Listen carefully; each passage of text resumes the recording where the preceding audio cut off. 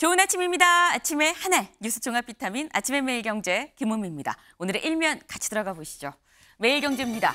금리 올려 대출 막던 은행 자체 DSR 도입해 조인다. 이게 무슨 얘기냐? 그동안 이 대출 금리를 은행에서 올리는 방법으로 가계대출 지금 너무 급격하게 들고 있으니까 이걸 좀 줄여보겠다라는 입장을 냈었습니다. 근데 관련해서 그제 이복현 금감원장이 뭐라고 얘기를 했느냐. 최근에 은행 대출금리 상승 이거 당국이 바라던 게 아니다라고 얘기를 했습니다. 그러면서 취지가 뭐냐. 은행이 대출 한도 자체를 줄이는 방법을 택하지 않고 손쉬운 길 예대 마진을 늘리는 이런 쉬운 길을 좀 택했다라고 비판을 했는데 이 얘기가 나오고 바로 다음 날인 어제 자체 DSR을 도입해서 이 대출을 좀 조이기로 했다라는 겁니다. 금리 인상이 아니라 대출 한도를 조정해서 총량을 줄이겠다라는 얘기인 거겠죠. 중요한 건 이런 방침이 지금 현재 불붙은 집값을 좀 안정시킬 수 있을 것이냐가 관건이 아니겠나 싶습니다. 다음 기사 볼까요? 동아일보입니다.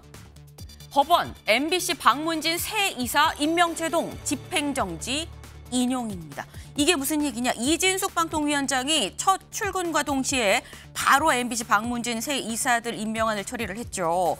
그런데 여기에 대해서 기존 이사들이 이거 집행 정지해주세요라고 쉽게 말해서 가처분 신청을 낸 겁니다. 집행 정지를 좀 해달라라고 이게 받아들여졌다는 거죠. 그래서 MBC 박문진 새 이사 임명되는데 제동이 걸렸다라는 얘기인 겁니다. 네. 근데 문제는 이게 법원이 뭐라고 얘기를 했느냐. 가처분 신청이 인용이 된다는 건 본안 소송 결과가 나올 때까지 그때까지는 요 효력을 좀 정지합니다라는 거거든요. 근데 본안 소송이 보통 상당히 걸리죠. 뭐 1년도 걸리고 많이 걸리면 더 걸릴 수도 있습니다. 때문에 일단 이렇게 애매하게 정지된 상태에서 당분간은 좀 장기화될 것 같다라는 겁니다. 근데 박문진 이사 임명이 좀 중요한 이유가 뭐냐? 박문진이 MBC의 대주주인 거죠. 다시 말해서 MBC 사장을 교체할 수 있느냐 없느냐의 문제인 건데 현재 그걸 교체할 수 있는 이사진이 스톱이 됐다라는 겁니다. 그러다 보니까 다음 기사 보시죠.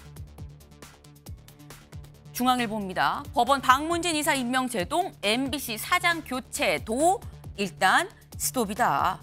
박문진 이사 임명도 제동이 걸렸고요. MBC 사장을 교체하는 것도 이것도 또 스톱이다라는 겁니다. 애매한 상황이 본안 소송 결과가 나올 때까지 대략 한 1년 어쩌면 더 오래 갈 수도 있겠다라는 생각이 듭니다. 다음 기사 볼까요?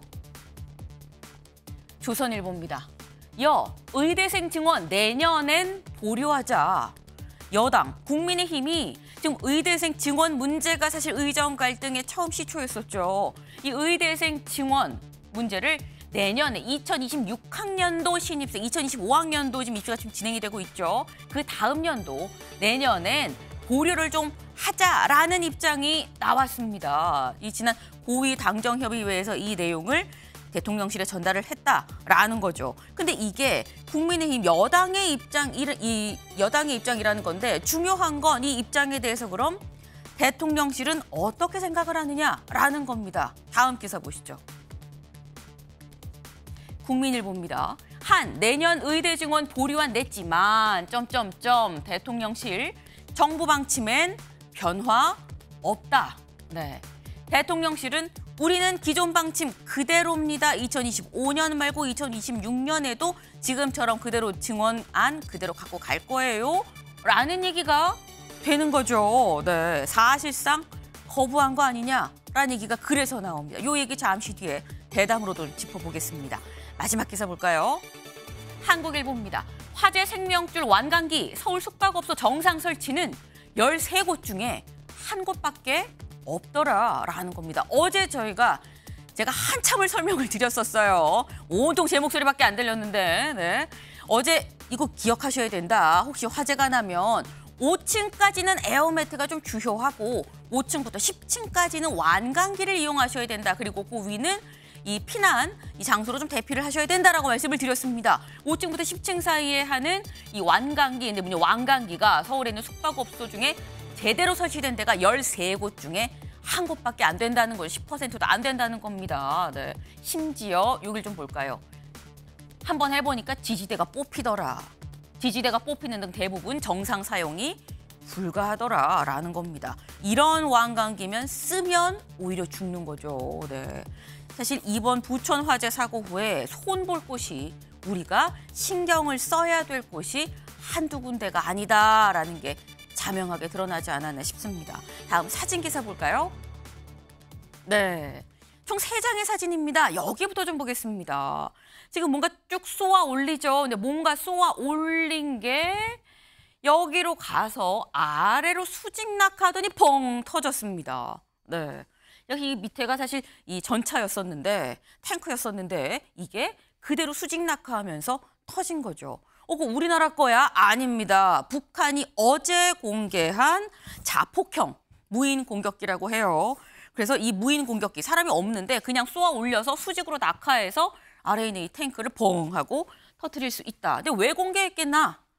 봐라 이거겠죠. 네, 우리 이런 거 갖고 있어. 무섭지? 하고 보여준 건데 모르고 만약에 이걸로 도발을 해서 어이쿠 할지도 모르겠지만 알고 보면 글쎄 무서운 건가? 알고 보면 무섭지 않죠. 네. 아침엔 매일경제 뉴스 종합 비타민 언제나처럼 TV로 좀 크게 보시다가요. 궁금한 점은 유튜브 댓글로 남겨주시면 저희가 같이 얘기를 좀 해보겠습니다. 오늘 함께해 주실 분들 소개합니다. 안녕하세요.